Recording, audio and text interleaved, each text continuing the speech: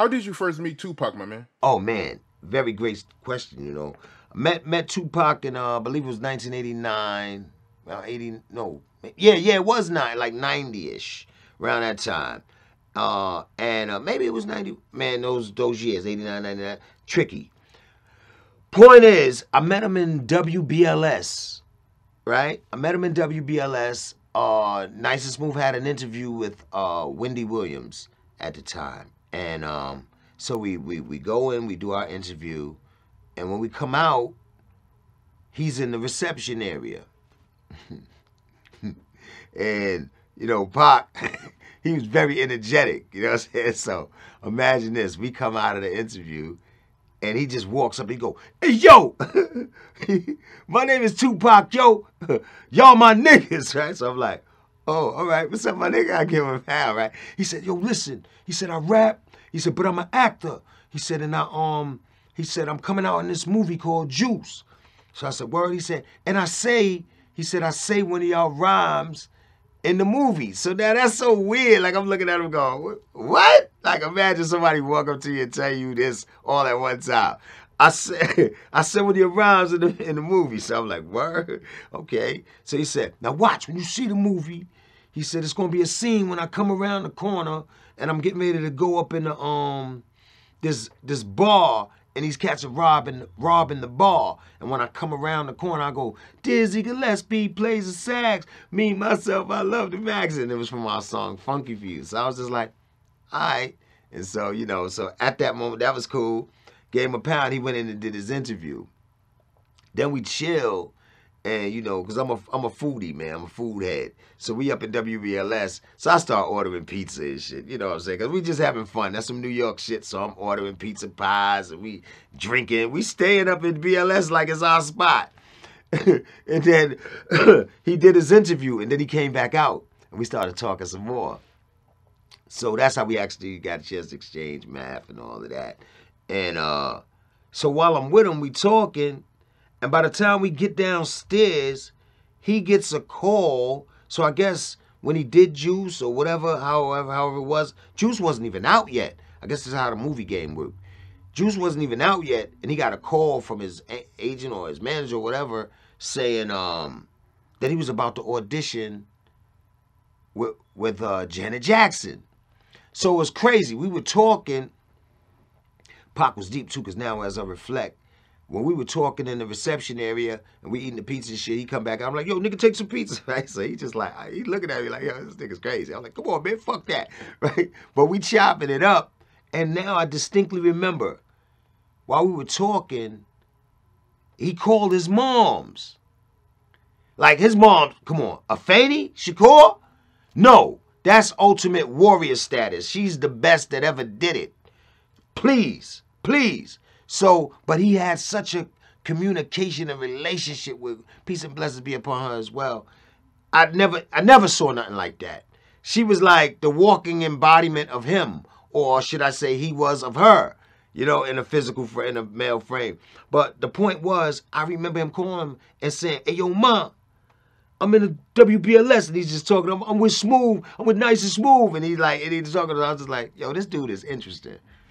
Long story short, I don't know his whole background, and all of that starts to unfold as time goes forward. So we fucking around with the pizza. Now we get ready to leave. We go downstairs. We get ready to leave out the building. He get hit because we got the beepers back there. So he get hit on his pager. He tell the nigga downstairs, "Yo, let me use your phone." He call. He get off the phone. He go, "Yo, Smooth." Now everybody, we all, niggas is fucked up. We was drinking and all that, eating shit. So everybody is basically walking outside, bugging out. Greg, everybody bugging out. But me and him is standing in the lobby of WBLS, and he says, "Yo, Smooth, my agent just called me and told me that I got an audition with Janet Jackson, nigga." And I was like, "What?" Now imagine, I ain't seen Juice or nothing. I'm getting hit with a lot. So he like, I'm getting ready to audition for Janet Jackson, right? I said, so now I'm really looking at this nigga. I said, this nigga is special. He said, "Man, he said, a Penny." That's what he said. "I'm getting ready to audition with fucking Penny, nigga." And I started laughing, right?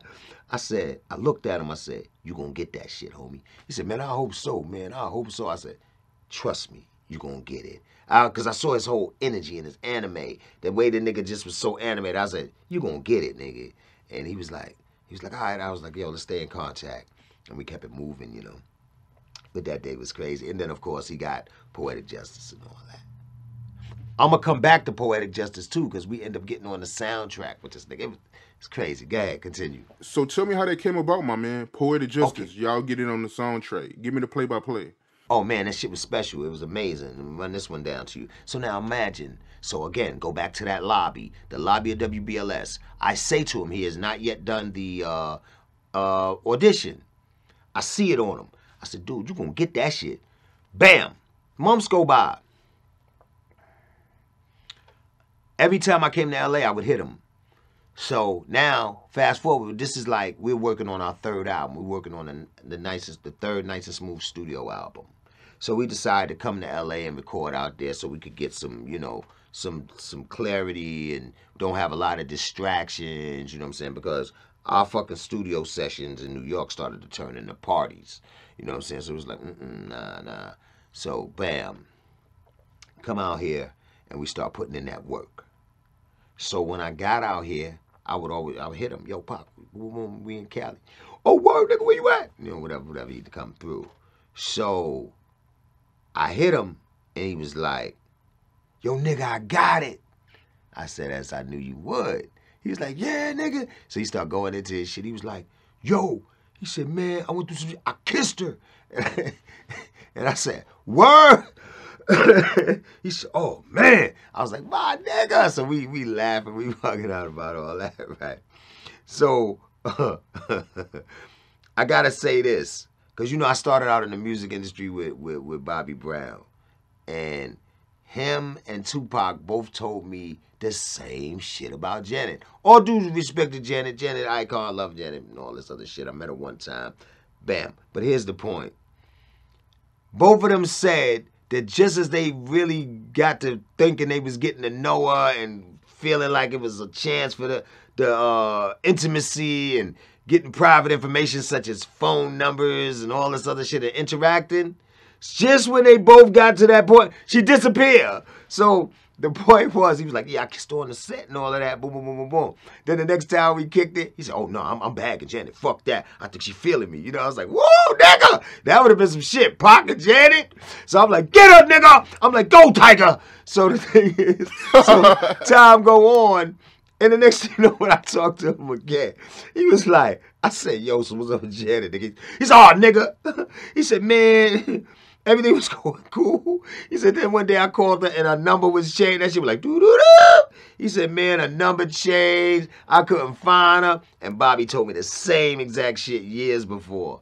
So I said, oh, man, she moved like that. But, so here was the crazy part, back to Poetic Justice. So now we touch and agree on that shit. I was like, nigga, you got it, nigga. He was like, yes, we're going to see this shit. Boom, boom, boom. You're going to love this movie.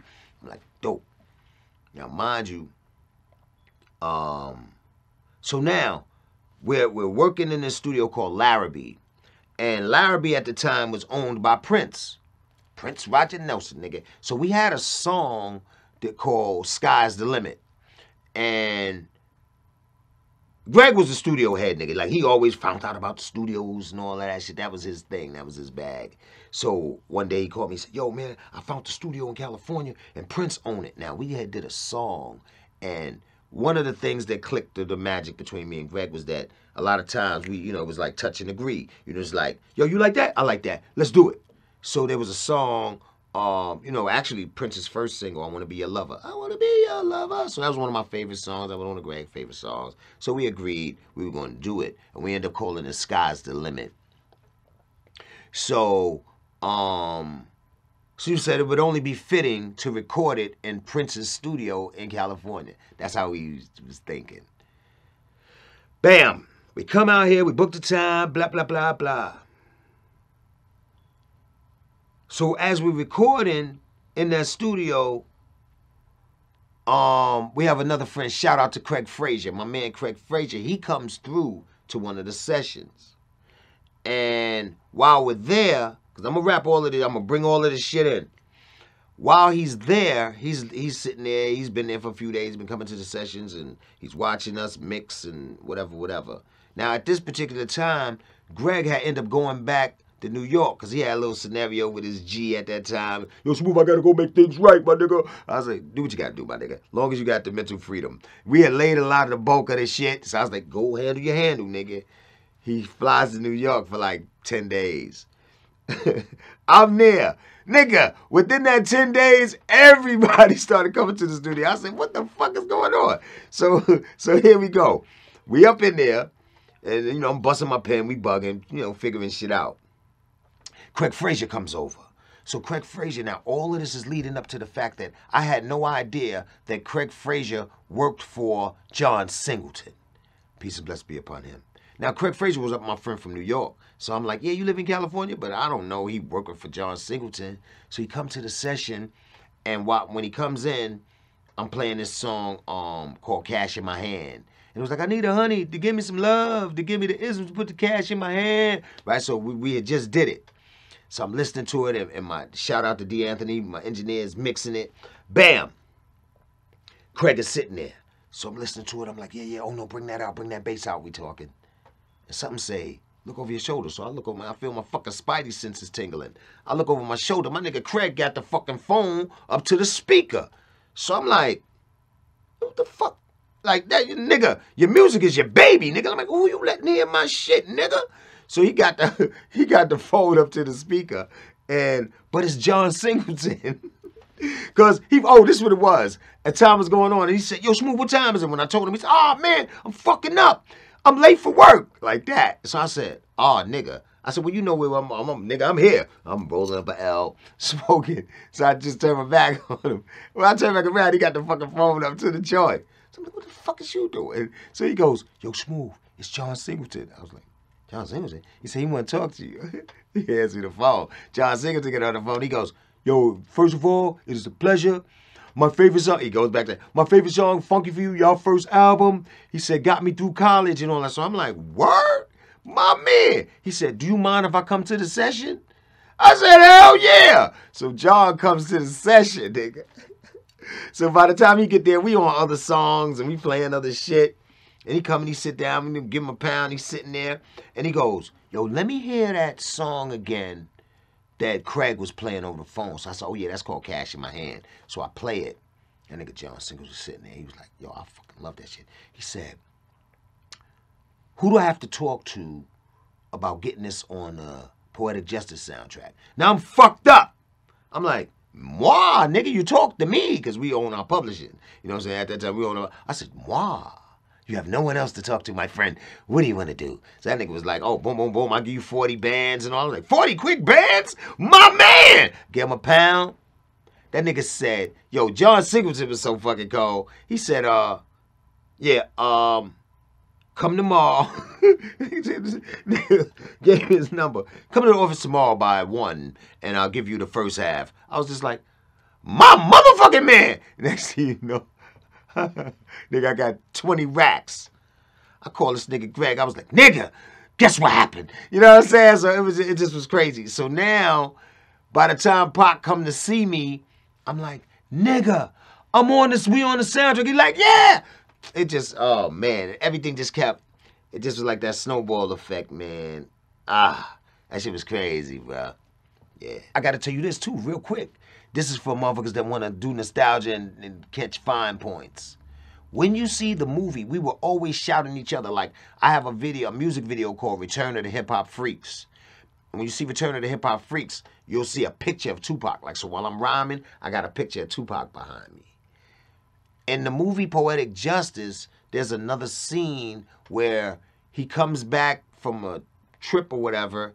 I think he came back from Oakland or whatever. But when he came back, he found out that his cousin was dead, had died. And that's when he gets the music equipment. When he goes up into the apartment to get the equipment or whatever that his auntie told him about, it's a nice and smooth poster on the wall. Peep that. He was always throwing us a plug, and we was always throwing him plugs. Yeah, I never peeped that, yo. I gotta check that out. Oh, yo. yeah. It's from our album, Ain't a Damn Thing Changed. Nigga had the nice and smooth poster on the wall. When the Poetic Justice, he said, yo, you know I put the poster up, nigga. I was like, oh, my nigga. Yeah.